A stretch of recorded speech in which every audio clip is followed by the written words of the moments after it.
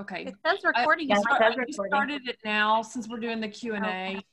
I had it defaulted to that, and I don't know what happened, but as you both saw, today was a comedy of errors with Zoom in it. So we'll know for the next. And sometimes it does, the Zoom does the whole cuts you off at 40 minutes. And so maybe because we kind of came on a little early, it stopped recording at 40 minutes. I do the paid version so that that doesn't happen.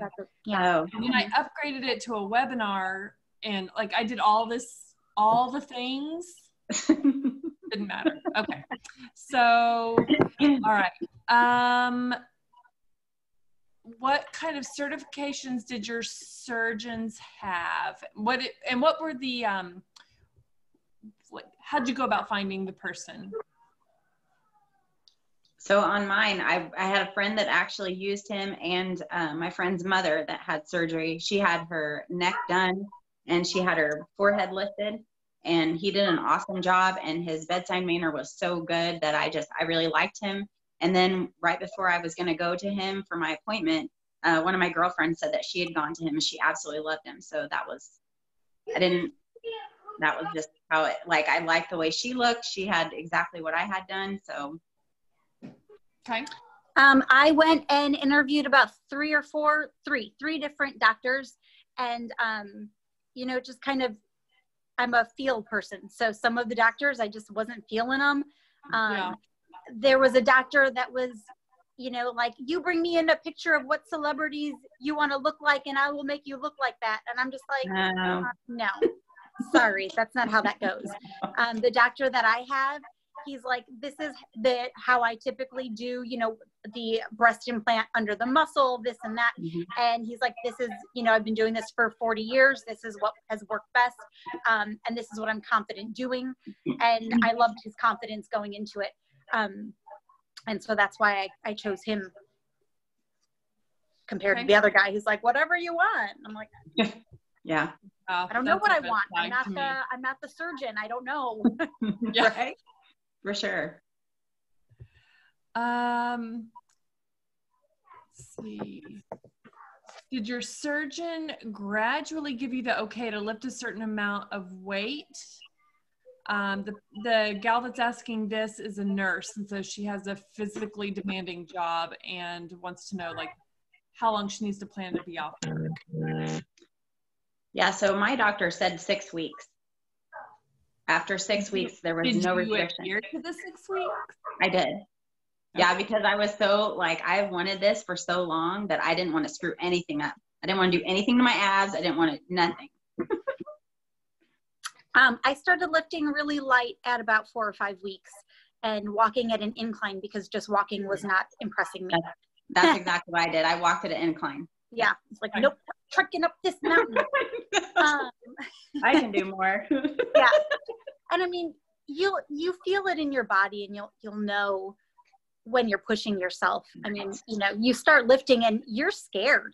Right. And I mean, so you're back with your 3 to 5 pound weights, and, you know, you're not going to dive in and start lifting like you were, you know, before it all. Yeah, I think he told me that I could lift up to 10 pounds up to that 6 week mark, and then it was no restrictions at all. Yeah. That's good. So then did you just kind of ease back into what you were doing, just little by little, and just going by how you felt? Right.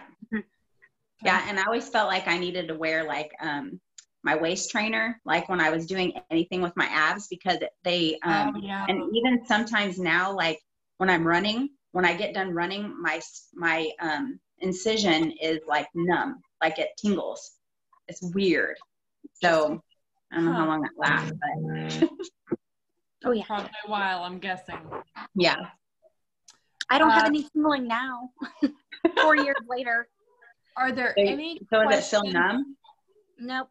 Oh, okay. I mean, my abs in general, I don't have a whole lot of sensation in my lower abdominal area in general. But it's not like tingly or painful or anything. So the next question is are there any questions that you wish you would have asked that you didn't? No. So my doctor had a lot of post surgery assistance. So his clinic did like laser treatments to work on your scars to help those not look as bad. And it also like, so my fee included that. And it also included doing like these ultrasonic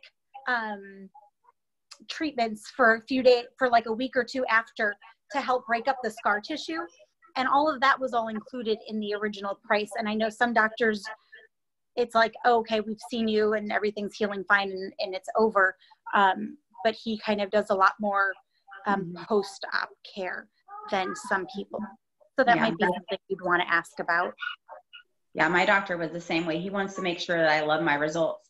Like there's a little spot on my incision in the corner where it kind of dog-eared, and he said he'll fix that. He was like, I want to make sure that you absolutely love your results. So, and that's important to ask, because not all the doctors are going to care. Right. For sure. I've seen in other Facebook groups where they're just like, they did my surgery, I healed, and then I was, left with whatever it was. And, then they had to go find somebody else to fix little things like the dog ears and stuff. Right. So that would be something I definitely recommend Facebook asking. Groups. Did you both join Facebook groups that specifically dealt with cosmetic surgery before you had this done? Yeah. Yeah. Did you just do a search, or how'd you go about finding that? Because it sounds like that was a valuable resource. Oh, it was. Absolutely. So one of my friends actually sent it to me several years ago when I had mentioned, because of course all my friends knew I wanted a tummy tuck. So she was like, hey, I saw this page, go out here. That way you can ask questions, because these women have had the surgery and all that. One of the things that I remember they said is to make sure you ask your surgeon where your scar is going to be. So my scar is very low. It he included my tummy tuck, my cesarean scar. And now that looks amazing. Like it was, because whenever you're having a baby, they don't care about what it looks like. The baby's coming out. Right. So he made it look like you can't even tell that part is like perfect. Anyway, but some of the ladies had like scars up above their belly button. Like, why would you have it goes all the way across. I'm like, that looks terrible. Like, why would you do that? So I would say, make sure you ask. Yeah. That's one of those things that maybe people don't ask, and then they wake up to like. Right. Yeah. And those people are not happy. Like they see, because, in these groups, you share pictures of your results and they're like, wow, I look like total crap and you look amazing. Yeah. And I just so sad, because the surgeon obviously doesn't care what your patient looks like. Yeah. They just want the money. So Vanessa, you're 5 years out from yours, you said? No, put it downstairs. Yes. So that looks really gross. I don't want it.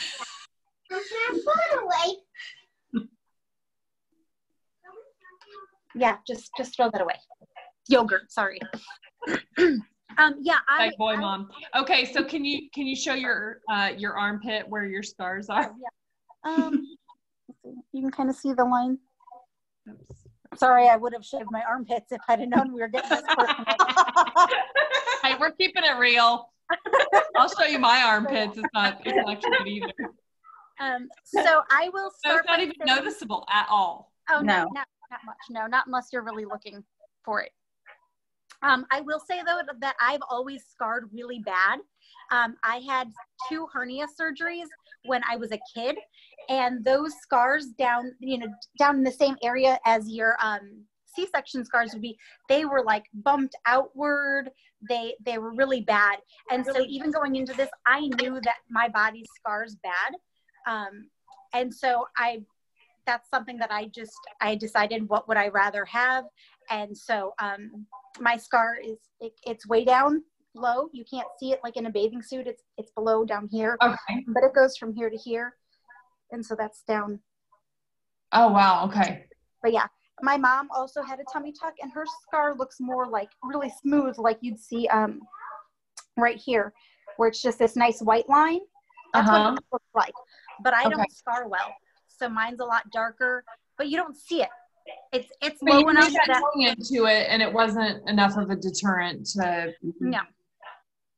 And like, I wear a bikini, low rise, whatever, and you never see the scar. I mean, I posted my bikini competition pictures, last week, and even that tiny little bikini bottom was covered the scar. So it wasn't, it's only something I have to look at. So yeah. Okay. Well, I had my skin flapped over anyway, so I had a crease. So it looked like the scar anyway. Oh, wow. I didn't even think about that. But yeah, over time. Right. 20 years-ish. Right. That is definitely, that makes sense. Okay, let's see. What other... Okay, someone's asking, is it ever too late to have this done? I had 9 kids. Wow, bless your heart, including a 9.5 pounder, and now I am 54. Is it too late for me? I would say this is more of a question for a doctor. However, I would say it's probably never too late to have it done. No. I will say, so my mom is 50, in her late 50s, and she had her tummy tuck done the same year as me. So she was in her early 50s when she did her tummy tuck. And she had her abs sewn up and everything. And she is thrilled. She's so happy she did it. She wishes she had done it, earlier in her life. And she was really encouraging of me doing it, because she's like, why wait? You're just, it's years that you could be loving your body that you're missing out on. So she was really encouraging of me doing it now rather than waiting. But yeah, she was in her 50s and she did it, and she's very happy. And there were several ladies in my... Go ahead.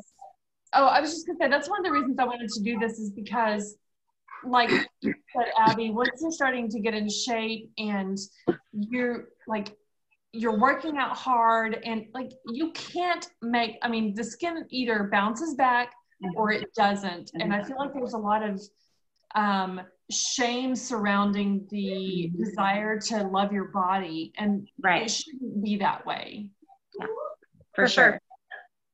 It's a touchy subject. It's hard to bring up or talk about around people, because you don't know how they're going to sit there and be like, I love my body and it did wonderful, amazing things, and you should just appreciate all of the stretch marks and skin. And I'm like, well, I did appreciate all of those things, but I still, for myself, this is what I wanted.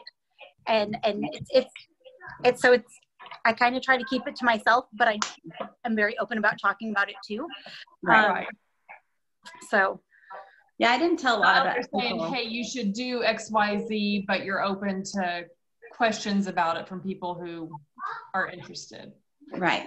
Yeah, I didn't tell a lot of people about it, because I know that everybody has their opinions about things, and everybody's going to tell you, oh, you don't need to do that.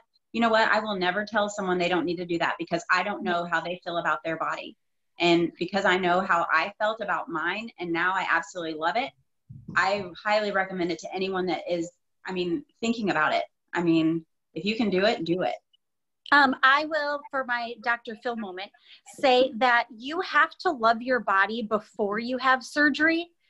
Yes. Because even afterwards, if you don't love your body beforehand, you're not going to love it after. My doctor has patients that he's like, they come in all the time wanting something different and something different and something different, because they're never satisfied. So you have to like what your body is and what it's been through, and where you've gotten it, even before the surgery. If you are just constantly just negative and negative about it, it's no amount of surgery is going to fix that internal self-love. Yeah, I wholeheartedly agree with that. Okay, I got a really interesting question from Felicia about hair. She said, if your hair down in Wonderland got pulled up and tummy down, do you get hair above your surgical scar? Love that question. No, mine actually. So I actually get a Brazilian. And so my wax lady said that there's like this much like below my scar that there's no hair because it's stomach skin. So nice. My down there hair, I want to say reaches like just under my scar. So okay. If it was tummy skin, it was, you're not going to have hair there. But if it was pubic skin, then you're going to have the hair. Right. So no major changes. No. No. So you don't have like pubic hair, like. But one thing that my doctor did tell me is that I had so many stretch marks that there was no way that he could have gotten rid of all of them. So I still have stretch marks around my belly button area. That he just pulled them that were up top. They're now down here. I love Felicia because I'm watching her in the video and she's just like, hee hee hee hee.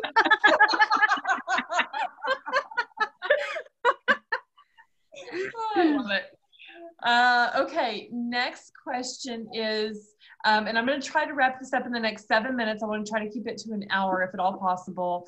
Were you worried about your breasts not being proportional? Did they come out okay? And do they match? They match each other. They're both the same size. Yeah. With each other. And actually, I believe one side has more cc's than the other by like 20 cc's, just so that they would be the same size. Okay. So yeah. And like Abby was saying, when you're in the doctor's office, you try on bras with the implants in them and you put on a shirt to see if that's how you want things to look and everything. So you kind of get an idea for it ahead of time. Right after surgery, they're big and they're swollen and they're hard. And so over time, they kind of fall and they become more soft and natural. The swelling goes down. So that those first few months, they change over time. But as the years have gone by, they haven't changed or anything. Okay. What about for you, Abby? He told me that my right breast was smaller than my other. So I asked him if he was going to put a larger CC in that one, and he said no. He said that one of your boobs is always bigger than the other, so it's normal. But I mean, I look in the mirror and I can't tell. So I can't imagine unless like my sister has like completely different cup sizes, and I'm sure that if it was that evident, that they would adjust things. But a small amount, I don't think who notices that. I suspect I don't know. I've never paid that close of attention, but right. I think probably right. That way for all of us. Okay. Did both of you get breast implants under the muscle, over the muscle? I've heard a bunch of different stories about, especially with weightlifters, whether you should do it under or over and why.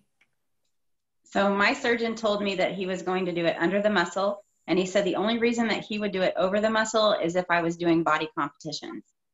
Okay. I also went under the muscle, and he was just, he wasn't a big fan of the over the muscle.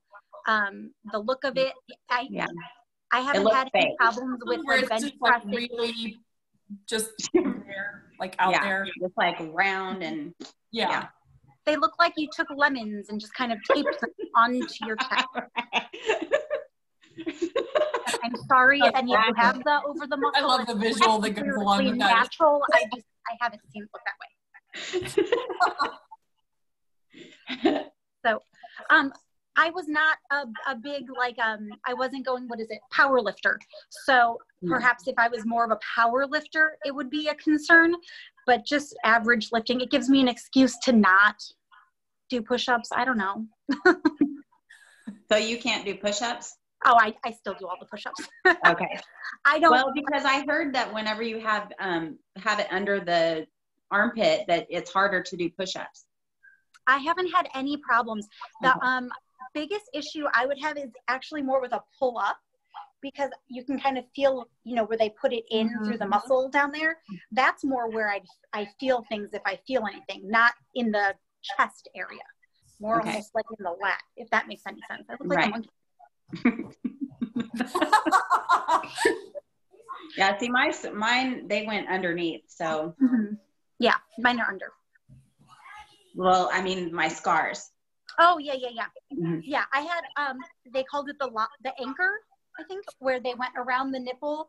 Right. How appropriate that I'm wearing an anchor. And then down and then underneath. So it's okay. That's right, because you did the lift. Right. Yeah, see, I just have the one scar underneath because I didn't have a lift. Oh, good. So they put the implant in from under there? Mm-hmm. Okay. So you don't have the armpit scar. Okay. My 5-year-old just came to tell me that there's a movie called Mr. Mom. Wow. Was that Michael Keaton? Yeah, he thinks it's the funniest thing. That's awesome. I love that movie. Okay, so Vanessa, this question is for you. Did the laser treatment on your scars help, and how painful was it? They did help. The pain was bad. It's the same laser that they use to do tattoo removal. Oh, okay. So it's that. That's the feeling and the pain of it. They're basically burning off that top layer of skin so that it re-heals nicer. But I did notice a definite difference, especially in the scars that I have going up and down. Oh, yeah. So yeah. Those. Yes, we have. So is it like a burn? Yeah. I mean, does it just feel like a burn? Yeah, it feels like a burn, or like a rug burn kind of feeling. Okay. That makes sense. Okay. If anybody else has any questions, post them now or raise your hand. I'm scrolling through to see if anybody else is showing they have questions. We had a really good turnout for this. Thank you for all of you who tuned in. I'd like to make this a regular thing with different topics. So if there are other topics that you would like to hear about, let me know, because I know people. Like, Know all the people. Right.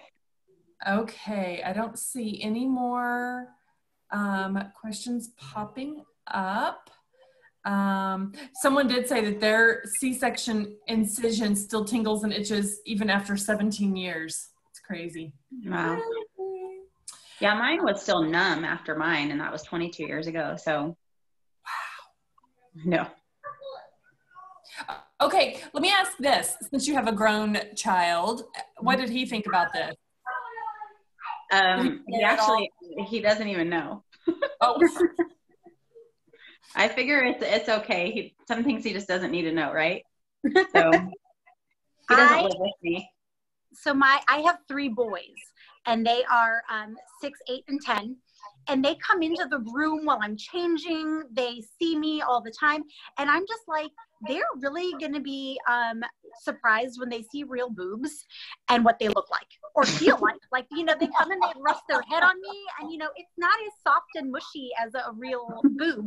Like, they're going to hug their first girlfriend or grab a boob and be like, that's not what my moms feel like. Oh my God. That's awesome. Oh my gosh. I think this is great, like with the perspective of, yeah, because your boys you're both boy moms, but yours are still little and Abby's is like grown and out of the house. Right. So, and you've been married, Abby, how long have you been married now? 5 years? 4 years. 4 years. 4 years. I was close. Seems like forever. So you're still like newly-ish wed, right? And then you've been with hers for like, so you're on different sides of the spectrum with all of it. For sure. Right. I like that. You know, she had recently had hers versus me, who's had it, 4 years ago, because it kind of gave us both views. Right. Yeah. For sure. Yeah. And thanks to both of you for being so willing to be so open, because I know there's a lot of, like you said, everyone's got their opinions, and not everyone knows how to say things in a tactful way. So I appreciate you being willing to share your opinions with us and your experiences. And I haven't seen any more questions pop up. So I'm going to go ahead and wrap this up. We're right at 8 o'clock. So we kept it to just right at an hour. So we got most of the Q&A recorded. And so I will get the Q&A posted on Facebook. And if there are any subsequent questions, you can post those in the Relentless Woman Facebook group or send them to me directly, and we'll go from there. Maybe we can have a follow-up in a few weeks if there are more questions. So thanks to everybody. And that's it. Thank you. Bye. Bye.